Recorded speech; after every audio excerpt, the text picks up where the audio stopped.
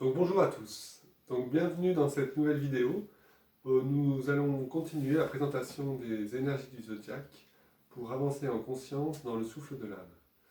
Donc aujourd'hui, les énergies bélier, puisque nous entrons dans la constellation du bélier et nous allons pouvoir parler un peu plus de ces énergies. Donc la dernière fois, nous avons décrit le passage de l'énergie des constellations de la Grande Ourse au travers des triangles de constellations au travers des planètes du système solaire, pour arriver enfin jusqu'à la Terre. L'énergie bélier est le commencement et la fin d'un cycle. Le commencement et la fin d'un cycle annuel. C'est-à-dire qu'on a terminé la dernière fois sur le cycle de l'année, donc le cycle des saisons, représenté par l'hiver, le printemps, l'été, l'automne, que l'on peut décrire comme un cycle de respiration. C'est-à-dire qu'on va avoir une inspiration, une apnée haute, une expiration et une apnée basse. Donc ce cycle-là est un cycle que l'on peut expérimenter au travers d'une respiration consciente et que l'on peut éprouver au travers du fil des saisons. Et on va voir que la première partie de la saison, donc l'hiver et le printemps, vont être associés aux énergies d'abstraction. C'est-à-dire qu'on va être tendu vers les énergies spirituelles, vers l'esprit et les énergies subtiles qui nous proviennent donc de l'âme et qui cherchent ensuite à se manifester durant l'été et l'automne. Donc le bélier se trouve au début du printemps. Donc il y a eu lors de la première partie en hiver cette période d'alignement à ces énergies, donc Capricorne, Verseau, Poisson. Et on va rentrer au printemps avec le bélier, taureau et gémeaux dans des énergies de contact où on va pouvoir être touché par des impressions nouvelles et des idées nouvelles qu'il va falloir ensuite interpréter. Donc on va voir ça par la suite en fonction des planètes qui vont nous guider, c'est-à-dire Mars ou Mercure. Donc nous allons voir dans cette vidéo qu'il va y avoir plusieurs façons d'appréhender l'énergie bélier. Pourquoi? Parce que le bélier va déjà être un signe de feu et orienté sur le plan mental. Donc dans un premier temps, ça va être une idée qui va entrer en incarnation. Donc on pourrait dire que c'est l'âme qui s'incarne au travers d'une forme et qui crée une personnalité. Et là, on va avoir la première influence de la planète Mars, la planète exotérique. Dans un deuxième temps, la personnalité formée va pouvoir être influencée par les énergies de Mercure. Donc là, on va entrer sur un plan ésotérique où va s'opérer l'union entre la personnalité et l'âme, ce qu'on va appeler une personnalité intégrée. Donc de cette réorientation, il va y avoir une sensibilité de l'âme à l'origine des idées, c'est-à-dire un plan divin avec lequel l'âme est en contact pour pouvoir incarner des idées nouvelles. Donc nous avons dans cette énergie bélier deux triangles de constellation. Le premier triangle qui va être le rayon 1, bélier, lion, capricorne, et le deuxième triangle, le rayon 7, le bélier, cancer, capricorne. Donc on voit que sur les 7 rayons fondamentaux, on va avoir les deux extrêmes. Le plus haut avec le rayon 1 et le plus bas avec le rayon 7. Donc le plus haut va vraiment être pour être touché par une vision nouvelle. Va être l'orientation du mental sur le côté abstrait, sur le côté le plus haut, au niveau de l'esprit, au niveau de ce qui demande à être incarné, pour pouvoir être contacté et pour pouvoir être touché, mis en lumière et être révélé au niveau du mental. Donc ce rayon 1, c'est vraiment finalement l'orientation du mental qui dans un premier temps va être tourné vers la personnalité, mais dans un second temps va être vraiment tourné vers l'abstrait et le plan planétaire, le plan cosmique, le plan divin, ça on va l'appeler de différentes façons, mais c'est vraiment pour dire qu'on remonte à un plan au-delà du plan personnel qui pourra amener une nouvelle idée en incarnation, donc pour nous ici, au travers de l'humanité. Au travers du rayon 7, on va rentrer dans les énergies d'incarnation dans la matière, c'est-à-dire de manifestation. Donc ce rayon 7 va être, suite à une idée nouvelle touchée au travers du rayon 1, va être sa manifestation, son ancrage dans la matière. Donc, c'est le rayon qu'on appelle le rayon de magie et d'ordonnancement. C'est-à-dire que la manifestation va suivre vraiment tout un processus pour pouvoir s'ancrer, pour pouvoir finalement être imprégné au travers de tous les élémentaux qui construisent cette matière dense que nous habitons. Ça va être tout un rituel, toutes des habitudes à prendre qui vont conformer finalement tout un ensemble pour pouvoir manifester une idée, un plan, un objectif, et pour pouvoir le réaliser et pour pouvoir être mis en forme. Donc le plus haut et le plus bas. Donc on verra par la suite qu'il y a un autre signe qui incarne cet état d'esprit, ça va être le Capricorne, que l'on retrouve aussi au travers du rayon 1 et du rayon 7. Ces deux énergies 1 et 7 montrent aussi le commencement d'un cycle et la fin d'un cycle, que l'on retrouvait dans le schéma précédent au travers de la respiration annuelle, où on retrouvait le Bélier au travers des énergies du printemps, le premier signe qui arrive au printemps, où on voit bien que dans le monde extérieur, dans le monde de la nature, on va avoir les premières plantes qui vont s'ouvrir, les premières fleurs qui vont apparaître.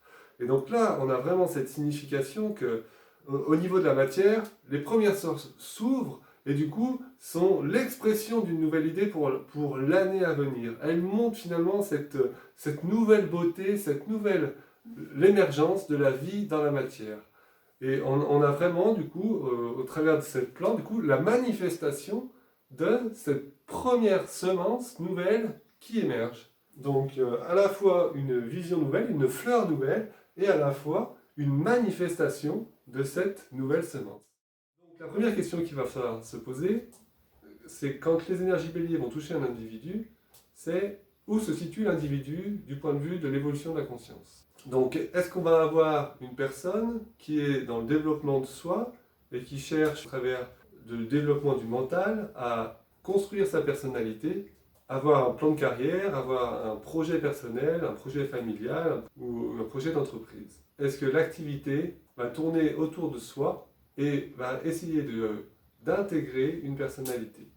Il va falloir se poser la question, est-ce que la personnalité va être dans une expérience de l'âme, c'est-à-dire être touché par une lumière supérieure qui va le réorienter et le mettre à l'épreuve, c'est-à-dire réorienter ses choix, prendre conscience que l'unique projet n'est pas un projet personnel, n'est pas un développement finalement de ses qualités personnelles, mais qu'il y a un rapport avec l'ensemble de l'humanité, l'ensemble des vies sur Terre, et l'ensemble d'un plan supérieur. Donc est-ce qu'au travers de cette sensibilité, cette lumière supérieure, qui va faire que la personnalité va se reconnaître dans les mirages et les illusions, et il va y avoir ces conflits intérieurs qui vont engendrer une bataille, mais qui arrivera plus dans le signe du Scorpion. Il va falloir se poser la question, à quelle mort imminente la personnalité se prépare-t-elle?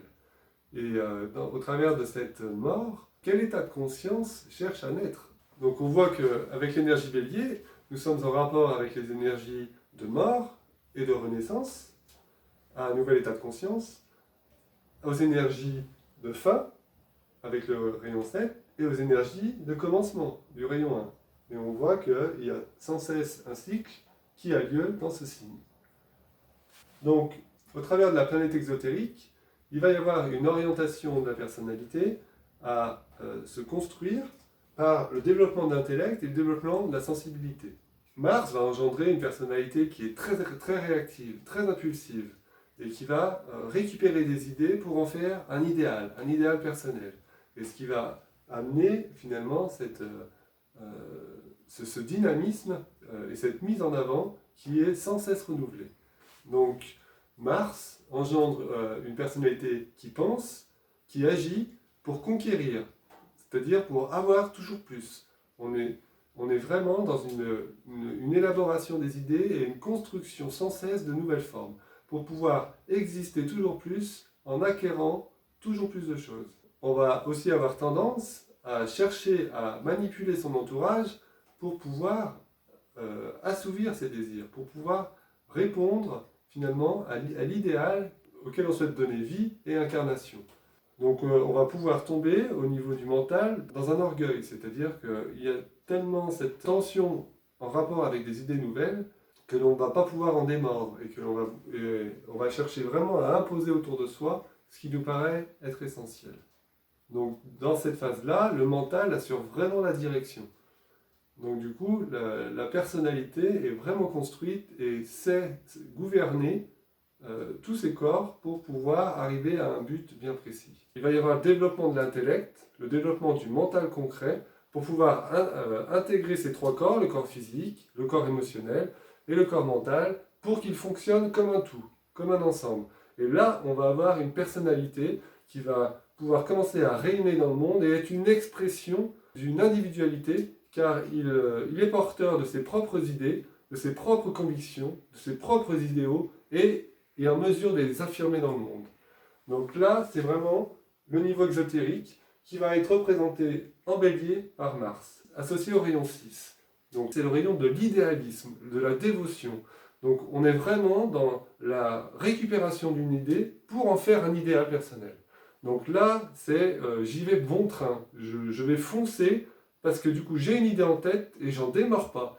Je vais pouvoir la manifester, je vais pouvoir l'incarner, je m'y donne à fond. Dans un premier temps, une individu très émotionnel, c'est-à-dire que je rencontre dans des murs, mais c'est pas grave, je continue, je regarde pas à côté les dégâts que ça peut causer.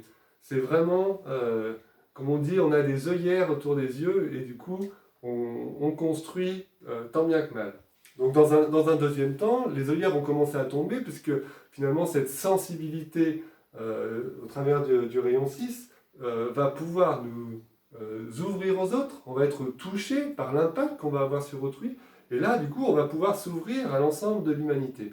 Et là, toujours centré sur nous-mêmes, on va avoir des projets qui vont être autour du bien-être de l'humanité. Donc, une orientation par le mental sur des idéaux personnels qui, dans un premier temps, tournaient pour soi, pour son bien-être, et dans un second temps, une personnalité qui fonctionne et qui commence à répondre à un appel du centre que l'on appelle l'humanité. Donc dans un second temps, la personne va commencer une réorientation et va être sensible aux énergies ésotériques. Donc pourquoi? Parce qu'elle va se rendre compte que tous ces idéaux qu'elle met en place, toutes ces constructions de formes qu'elle cherche à mettre en place, eh ben, ça ne marche pas. Il y a quelque chose qui bloque et qui fait que ce n'est pas la solution pour pouvoir être en paix, et il y a toujours un conflit qui est manifesté avec ce qui passe autour de nous. Donc là, il y a un questionnement qui survient et du coup, il y a un début de réorientation intérieure. Et là, c'est là qu'intervient donc la planète Mercure, donc du rayon 4, qui est typiquement la planète de l'harmonie par le conflit. Donc là, ça va être vraiment l'émergence finalement, la vision du conflit, et qui va engendrer chez l'individu ce questionnement et cette réorientation vers cette recherche de l'harmonie. Donc il va falloir passer au-delà des formes, au-delà des apparences. Donc pour ça, il va y avoir une nouvelle sensibilité qui va émerger, c'est la sensibilité de l'amour, la sensibilité de l'âme. Et là, on va entrer en contact avec finalement une vision qui nous ramène à un ensemble. Donc là, cette réorientation va nous amener à poser question sur mais si le monde ne peut pas être résolu, ne peut pas être solutionné au niveau des formes, sur quel plan est-ce qu'il va pouvoir y avoir une solution ou une réponse à donner? Et là, c'est l'aspect de l'âme, donc l'aspect de la conscience qui va entrer en jeu. C'est-à-dire qu'on va se rendre compte que le monde dans lequel on vit est finalement régi par un plan de conscience et que nous-mêmes, nous participons à cette évolution de la conscience et nous devons répondre de cette évolution. et que les formes ne sont que l'expression, finalement, d'un état de conscience qui progresse de jour en jour et de vie en vie. Donc Mercure va vraiment être l'expression de l'amour, l'expression du corps bouddhique, c'est-à-dire du corps où l'état d'ensemble et la conscience planétaire va être touchée et va permettre cette réorientation du conflit de la personnalité vers une vision globale qui amène un état d'harmonie. Donc l'âme va pouvoir intégrer la personnalité, construite dans un premier temps, et pouvoir former cette union âme-personnalité, et on va retrouver une personnalité intégrée, c'est-à-dire au service de l'âme, qui depuis l'origine construit son outil pour pouvoir exprimer cette conscience d'ensemble. Donc au niveau de l'individu, il va vraiment y avoir une réorientation du mental. La façon dont utilisait le mental dans un premier temps au travers de ses projets personnels, de ses désirs, va être réorienté pour pouvoir non plus être porté sur le monde concret, sur le monde phénoménal, mais sur le monde abstrait.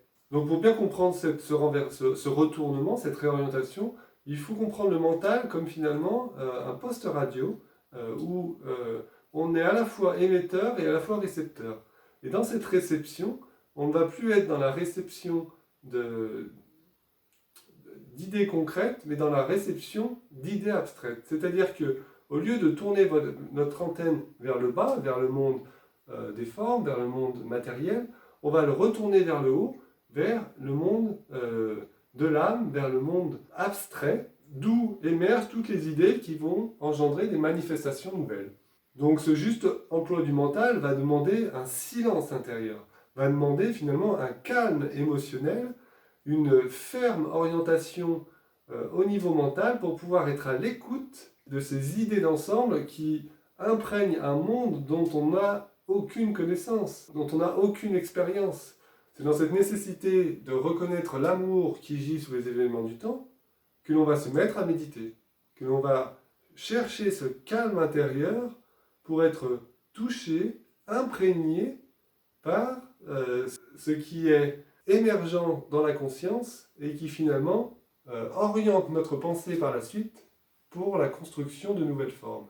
Donc il va y avoir cette réorientation de la personnalité qui, au travers du calme trouvé, dans un état d'innocuité, c'est-à-dire d'un état d'immobilité au niveau émotionnel, un état de silence au niveau des désirs, pour pouvoir réorienter à la sensibilité du plan de l'âme et non plus à la sensibilité du plan personnel.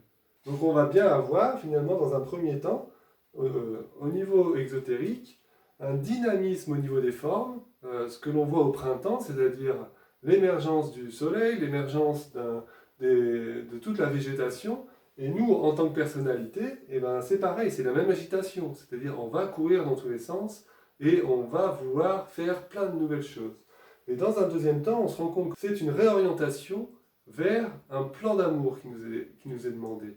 De faire silence pour pouvoir être touché par les idées de l'âme. On voit bien qu'il y a vraiment cette dualité, ce conflit, car c'est complètement différent en apparence au niveau de la personnalité. Donc on a bien dans un premier temps les énergies exotériques avec la planète Mars, où on a la phrase clé que nous dit le tibétain, que la forme soit de nouveau cherchée. Et là, on a vraiment une orientation du mental qui nous tourne vers le monde des formes et le monde des désirs et de la construction de la personnalité. Vient ensuite la réorientation avec la planète Mercure et la phrase clé qui va être « J'avance et je régis depuis le plan mental ». Et là, on a bien cette réorientation du mental qui est passé de l'intellect à un mental de cœur pour arriver au plan mental abstrait. Et c'est depuis le plan mental abstrait, le mental des idées abstraites, que finalement la personnalité intégrée par l'âme avance et régit. Donc symboliquement, le bélier est représenté par deux cornes qui vont pouvoir nous donner finalement ces deux influences des triangles de constellation du rayon 1 et du rayon 7, et qui, au travers de la personnalité, vont se manifester au travers du rayon 6 dans un premier temps, et du rayon 4 dans un second temps. Donc ces deux énergies, rayon 1 et rayon 7, le plus haut et le plus bas, vont demander finalement un point d'équilibre. Ce point d'équilibre va pouvoir être atteint dans le signe opposé au bélier, c'est-à-dire la balance. La balance où on va avoir deux plateaux et un juste équilibre au milieu. La balance, ça va être le juge qui tranche, celui qui décide. Donc le bélier, entre le 1 et le 7, va vraiment être dans cette recherche de pouvoir trancher et d'avancer dans une direction précise au travers d'un équilibre. Donc, dans un premier temps, je tranche, c'est je choisis mon désir et un point c'est tout.